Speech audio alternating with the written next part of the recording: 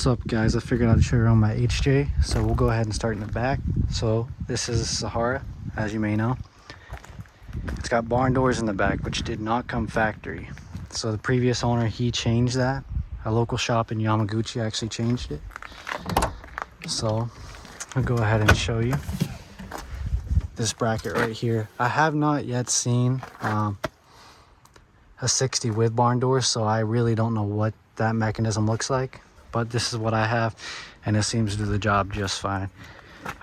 I really don't know what goes into changing this, so I can't really answer too many questions about it, but I figured I would show you guys that. We'll go ahead and look at the wheels and the tires. So these are 315 by 75 by 16. These are Bradley V wheels. So these are for the narrow body 60s in Japan, and yes, they do rub. I'll show you that. On the springs right here, you can see same on that side if it's a real sharp turn.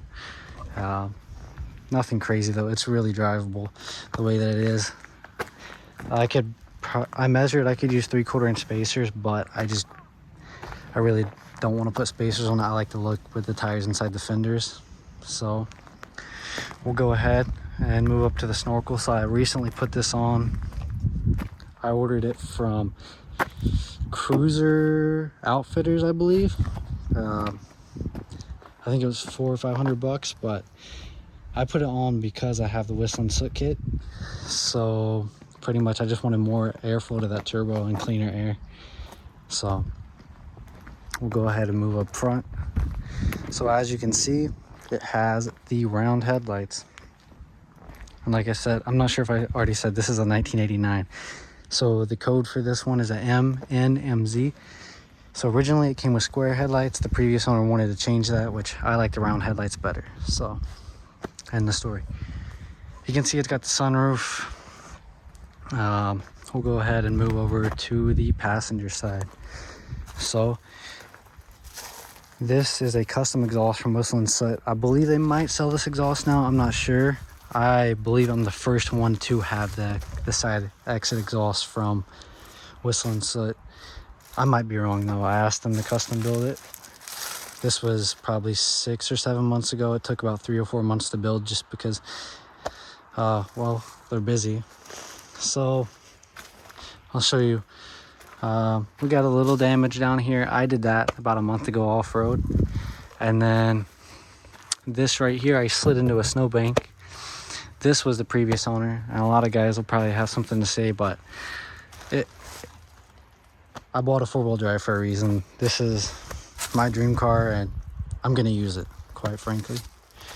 So I'll go ahead and show you inside. So I've got these custom floor liners, and then it's pretty clean in here. I can't complain. I put the double din head unit in, and then this gauge right here, I had a glow shift gauge, and I just didn't get good results from it, so I went ahead and changed it. It had the EGT's boost and temperature on it, but it was bouncing all over the place, so I really couldn't keep it in here. I'll show you the back here. We got a little rip in the headliner up here. Nothing huge. There's a little bit of stains in here from the previous owner. It was a smoker, so there's a little burn marks on the carpet and whatnot. So the back is pretty clean as well. Seats are nice and clean. I just have this on here because people are sliding in and out. So I actually have a voltage regulator I just picked up today. I got this off Yahoo Auction for pretty cheap, so I figured why not have a spare, because everything is 24 volts in here. So once I bring this to the States, that's going to be a pain to try to get parts for. But I do have a subwoofer under the seat here. And then since it's 24 volts, I have a power converter here, and that goes to the subwoofer. And then I have another power converter right here, and that goes to the radio and a few other accessories like the gauge. So as far as the suspension goes, from my understanding, it's got a 7-inch in the rear and a 6 in the front. That's due to these anti-inversion shackles, and these are made by ZIL in Japan, and as well as the springs. I'm gonna end up replacing the springs because some of the actual clamps on the springs are busted off. I'm probably gonna go with Old Man Emu. So you can see there are stainless brake lines all around. I changed those myself. The other ones were kind of getting dry rot, so I figured why not. I'll show you up front here. So I've also replaced the steering stabilizer. You see it has no backing plates. I bought the backing plate or eliminator kit. So when I get back to the States, I do plan on putting new suspension. I'll probably keep the shackles, put new shocks on, but we'll see. So I'll go ahead and pop the hood for you guys and show you underneath. So she does have 230,000 kilometers on it. So before I put the turbo on, I did go through the cooling system. I did a compression test, and you can do it fairly cheap. I bought the compression test kit off eBay and everything came back good for me. I also put new injectors in. So as you can see right now, there's no AC belt on. I have one ordered right now, but the other one, it snapped the other day, so not a big deal. But I'll go ahead and show you the whistling set manifold. And then this is a 1H-DT journal bearing turbo. I'm running 15 psi.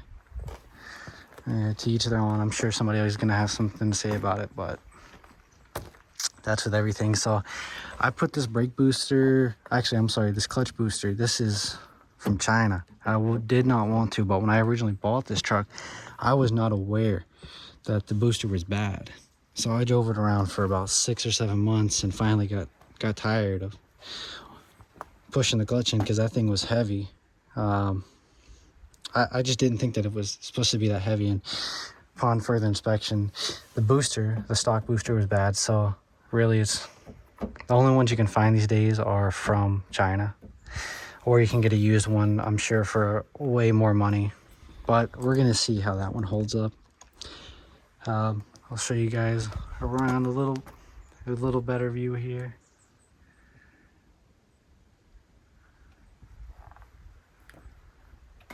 So the AC does work. Like I said, it's just I've got the belt off. The belt came off, you know. But other than that, I mean, this thing's pretty solid. I put 2 new batteries in it when I got it. Never let me down. So granted, she does have a little bit of rust in it, but is it a 60 if it doesn't have rust in it? So yeah, if you guys have any questions, let me know. I've done everything that has been done to this truck in the past 2 years has been DIY. That being the cooling system, the turbo, brake boost, clutch booster, clutch master, clutch slave, all the brake lines.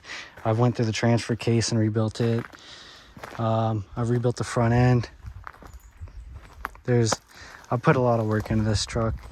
When I got it, it was a little behind on maintenance. That's about all I say. So I actually bought this from one of my friends, and he wasn't really too mechanical savvy, so I got it for a good price. I feel like if you look at the market for these now in Japan, the market is ridiculous for this, and that goes along with parts. If you're watching this, you probably already know that Toyota parts are ridiculous. So yeah, if you guys have any questions, let me know.